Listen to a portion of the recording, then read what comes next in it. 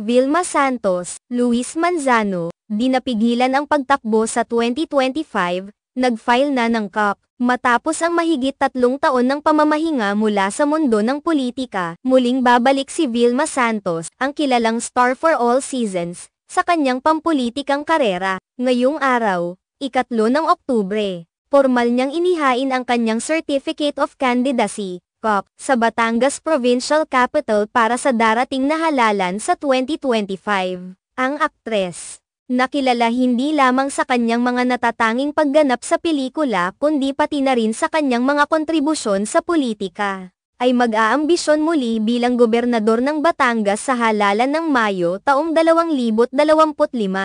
Ito ang posisyon na kanyang pinamunuan sa loob ng 3 termino mula 2007 hanggang 2016, kung saan siya ay nakilala bilang isang epektibong lider. Ang kanyang huling posisyon sa gobyerno ay bilang kinatawan ng 6th District ng Batangas. Matapos ang kanyang unang termino, nagpasya siyang huwag nang tumakbo muli sa anumang posisyon. Ngunit ngayon, tila handa na siyang muling pumasok sa larangan ng serbisyo publiko. Sa kanyang pag-file ng COP, kasama ni Ate V ang kanyang mga anak na sina Luis Manzano at Ryan Christian Recto. Ang dalawa ay mayroon ding mga ambisyon na tumakbo sa mga darating na halalan.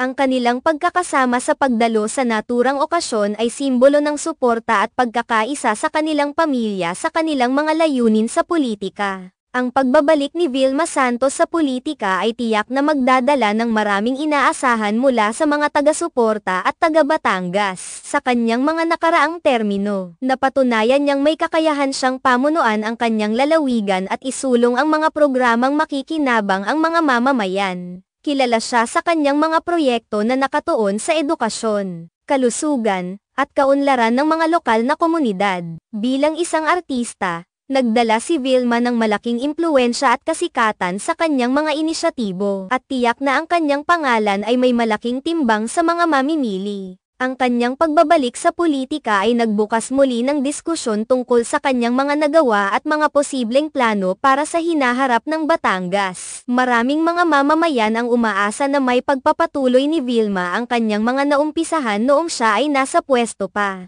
Ang kanyang mga proyekto sa ilalim ng kanyang pamamahala ay naging halimbawa ng epektibong pamumuno, kaya't marami ang naniniwala na may kakayahan siyang muli itong ipagpatuloy. Samantala, ang pagpasok ni Luis at Ryan sa politika ay nagdadala ng bagong dinamak sa kanilang pamilya. Bilang mga anak ng isang prominenteng personalidad, sila ay inaasahang magdadala ng kanilang sariling estilo at pananaw sa paglilingkod publiko. Ang kanilang mga kandidatura ay tiyak na magiging kapansin-pansin sa darating na eleksyon, lalo na't may mga taga-suportang nakabuntot sa kanilang pangalan. Ang mga halalan sa 2025 ay magiging mas masigla at puno ng kulay. Hindi lamang dahil sa pagbabalik ni Vilma kundi dahil din sa paglahok ng mga bagong mukha na may sariwang pananaw sa serbisyo publiko. Ang mga kandidato ay inaasahang magbibigay ng mga plataporma na makikinabang ang mga mamamayan, at ang bawat isa ay may kani-kanyang diskarte upang makuha ang suporta ng publiko. Sa huli,